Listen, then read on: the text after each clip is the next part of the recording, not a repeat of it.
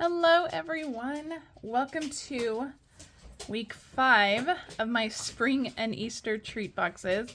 I have an adorable little treat box to share with you today. I'm going to show you what's inside this in just a second. If you hear a lot of like banging and crashing going on, my dog is trying to move his bed directly under my chair, so it is it's a little bit of a wild ride today.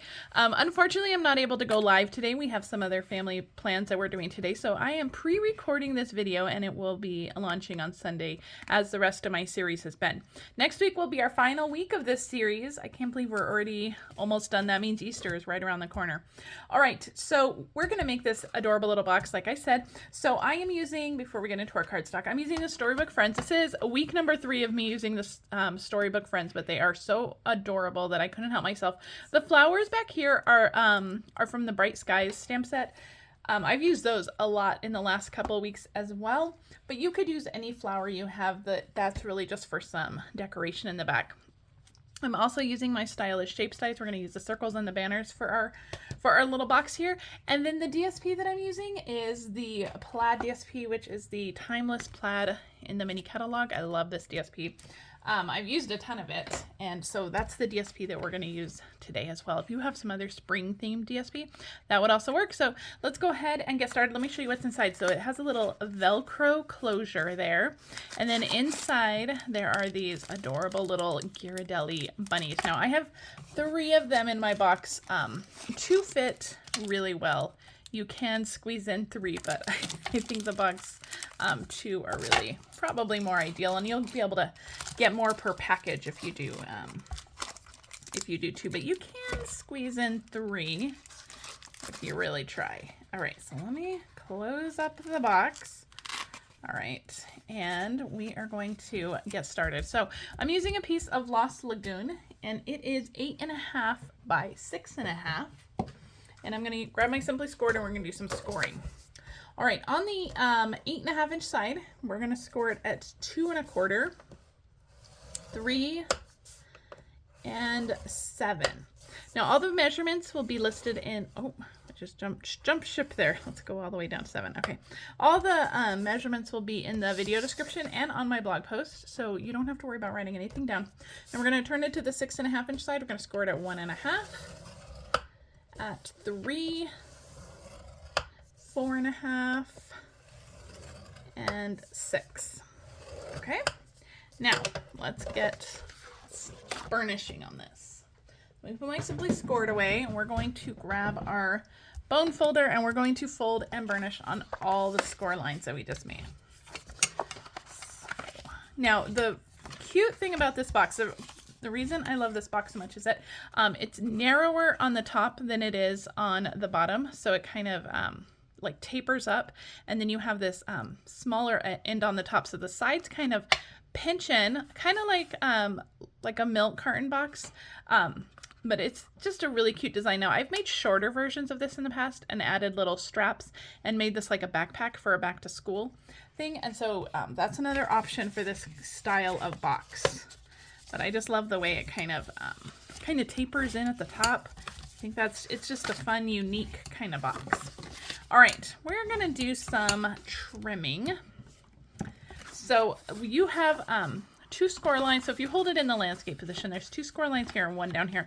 This is your bottom. The one with the 1 score line is your bottom, and this is gonna be the top that's gonna fold in like that. So we're gonna start by trimming up the bottom down here. And so I have my 1/2 inch score line on my left here, and we're going to take that one out completely, just like that. And so when the box goes together like this, I want the seam to be at the back. And so this piece is going to be the piece that folds over to the front. So this piece will also be the front. So I'm going to go ahead and cut up the score lines on the bottom. Just kind of mentally remembering the second from the right is going to be the front. I'm going to cut up these score lines now. Now this will be the front and this will be the back pieces that kind of fold in around the bottom here. And we want the front piece to be like the solid pieces. So basically what I'm trying to say is we're going to cut the tabs out of these, and I'm just going to kind of cut these in half. You can use a paper trimmer if you want, and then I'm going to cut the corners off of them. And so these will be the tabs that will be inside the box and nobody's going to see. So we're just going to kind of take away some of the bulk of the paper with those. So I hope that makes sense. So this is going to be the bottom. Let me move my trash out of the way. And then we will work on the top. Okay, so remember we said this one was going to be the flap that fold over the front here. So that's going to be this flap. So basically we're going to remove everything else. So I'm going to take off on this side. I'm going to take off these two pieces. So we take off this corner and then we're going to take off the rest of these. So the only one we're leaving on the top piece is going to be this one panel. So if you want to use your paper trimmer to cut this, it's kind of a bigger area to cut, or you can use bigger scissors. We're just going to power through with our paper snips here. And one more. I probably should have used my paper trimmer. Kind of went a little wonky there at the end, but that's okay. All right, so that is our box there. So though, if you need to take a screenshot of it, that's what it looks like. We have our little folds right there. Okay, one more thing I'm going to do is I'm just going to angle cut this for our little tab, and we are ready to start assembling. Now before we assemble, I am going to put the DSP on it because that's going to be a lot easier once it's flat. So let's go over the DSP pieces that I have. I have one piece that is 5/8 by 1 3/8, and this little piece is going to go right on the top here. So I'm going to flip this over because this is going to be the outside of our box. So that little piece is going to go right there. I have another piece that is 1 3/8 by 2 1/8, and that's going to go right here on the front flap. So this will be the flap that folds over. And then I have two pieces that are 3 7/8 by 1 3/8, and that's going to go on the back and the front, which would be, which one is the front?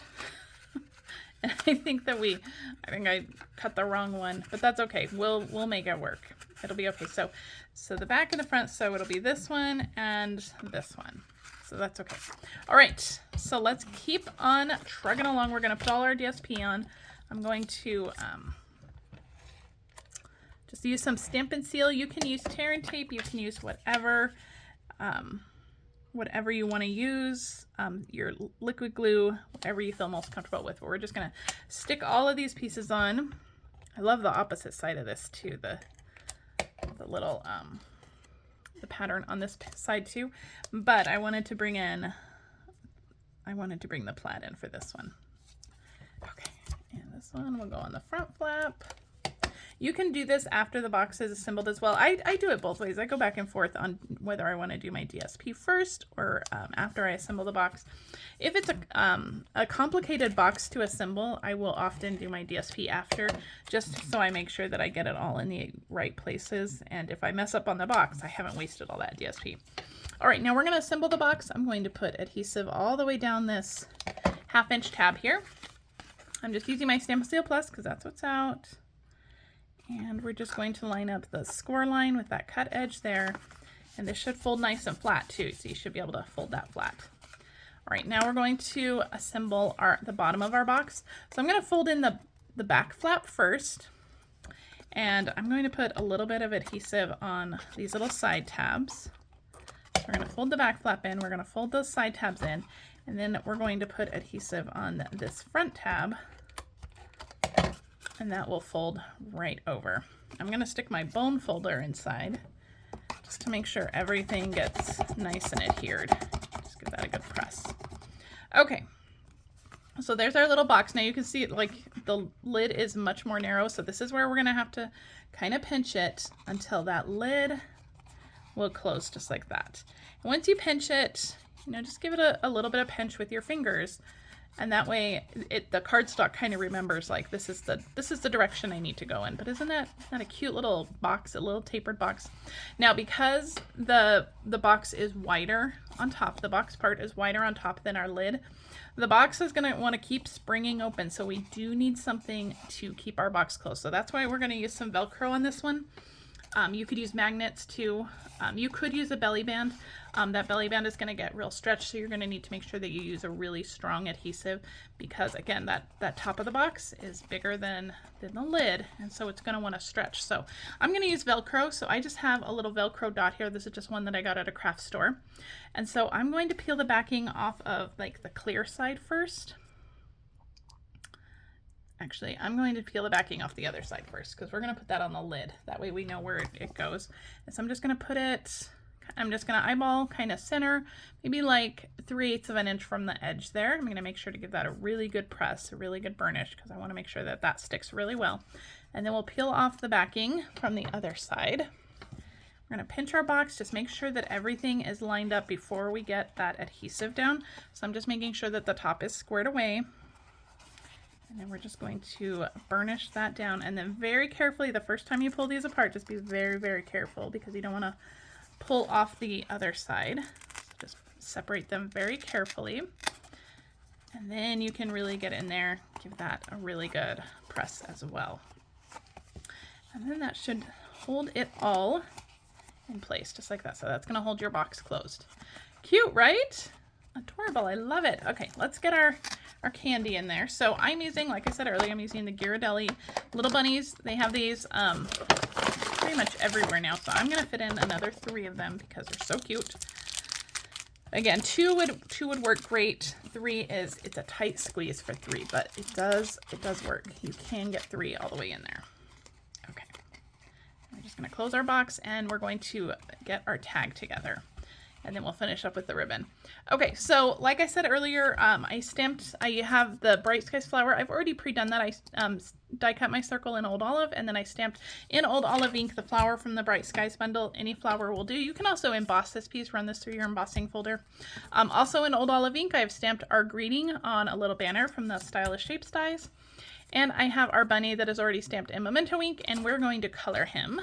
So let me zoom in a little bit for the coloring of our bunny. So we need Stampin' Blends. You can use whatever you want. I'm going to do Bubble Bath for his ears. So I'm going to start with my dark Bubble Bath. Just do the very bottoms of his ears. You can also use Pretty in Pink, Petal Pink. Those are also good little bunny ear colors. And I'm going to put my blends away as we go. And then the light Bubble Bath, just to kind of blend that out to the top of his ear. Just like that. All right. I'm going to do his little bow tie in Lost Lagoon. That's the color of our cardstock here. So I'm going to do it in Lost Lagoon. And I'm actually going to start, because it's a very tiny image, I'm going to start with the light Lost Lagoon. We're not going to do a lot of blending on this little bow tie. But I'm going to start with light Lost Lagoon, and I'm going to come in with the dark and just give a couple of little dark highlights just on the edge in the center, and that's it. I'm not even going to go back with my light Lost Lagoon and blend it because it's such a small image. We don't want to keep adding ink. All right, for my bunny, we're going to make him a brown bunny. We're going to go with crumb cake. So I have dark and light crumb cake. I'm going to start with my dark, and I'm going to add on his little nose, I'm going to add a little dark pretty much wherever there's going to be kind of overlap of anything. His little ears are kind of overlapping his head, so it's going to be a little darker there. The bow tie is overlapping his arm right here, so it's going to be a little dark. You can also look at where the artist has given details right here. That is an indication that that's going to be a little bit darker there, so you can use your artist cues there. Just a little bit on his hands down here, back here. And we'll go kind of on the bottom of his feet as well, casting a shadow down there. All right, now I'm going to go in with my light, and we're just going to blend all that together, just very, very gently. These little images, they're pretty small, so you don't have to do a whole lot of blending. You don't have to do a lot of coloring. You could use our ink pads with our blender pens, or even watercolor pencils would be really cute with these guys. That'll give them a fun look. Okay, so that's our little bunny. Now I do want to add a little bit of shading to his face. So I'm going to use my light, and I'm just going to go around his eyes there. I'm going to go around down here on his little belly and under his bow tie with the dark, or not with the dark, with my light crumb cake, and a little bit on his tail. Now I'm going to blend that out with my color lifter just to make it look like it's just shadowed and not just colored in. So I'm just going to go over all those light areas that we just added. And this tail too. And that's really just going to give it more of like a subtle look. It's just going to look like it is just a shadow on that little bunny. Okay, that's it with our blend. We're done coloring our bunny. He's so cute. All right, I'm going to zoom back out so we can finish our project here. I'm going to grab some dimensionals because why not? We're making a 3D project so we can add as many as we want. I'm going to put a couple dimensionals right on the center of my greeting here. It's going to hang off the edge a little bit, so you don't want to put them past the edge. And actually this one might be too far over, so let's go ahead and pull that one off. Don't stick it to the front of your thing. Ay. Okay. That, and then we're going to add, I'll add the dimensional here to stick our little bunny on, and actually I'm going to put one more behind his head just to make sure that everything sits nice and secure. He's going to go on here. Don't cover up your greeting, but you can add your little bunny. So cute. All right, onto our box. I'm going to add a couple dimensionals. I'm just going to add them right onto the box. That way we make sure that none of the adhesive overflows onto the outside. And we're going to add our little greeting piece, just like that. So cute. All right, let's open this up and finish it up with some ribbon. This is the Lost Lagoon soft cording. This came out a while ago in an online exclusive. This came out with the Otter Suite, which I love. And so I'm just going to wrap that around the lid and wrap that around the inside of the lid. Doesn't want to play nice with me today. All right, and we're just going to tie a bow. So I'm going to actually flip this upside down because I tie bows better upside down. And I find this is easier to do at the end because you know how high you need to get your bow. So you want to make sure that you get that greeting piece on first. And it's easier to do when you have something in your box because it's going to add a little bit of weight to the box. The soft cording is so fun. I'm going to just move it over to this side. We're going to have to tie it again because it loosened up on me. All right. I am making this look so much harder than it is, you guys. It's just tying a bow. Why am I struggling with this? All right. Perfect. All right, let's grab our scissors and trim off all this excess. Part of it was because I think it was on the spool, and I was struggling with the spool too. Okay, we're going to move that off to the side. I'll deal with that later. All right, that concludes our little box. It is so adorable. I just love this little box. All these little candies inside, these little Ghirardelli treats inside. I hope you love this box too. Now I'll be back next week. I will be live next week for our final week, and we will be using the beautiful butterfly suite, and we're going to make this box. Okay, so you'll want to make sure that you join me next week for that one. All right, guys, thank you so much for joining me. Have a great weekend. Bye.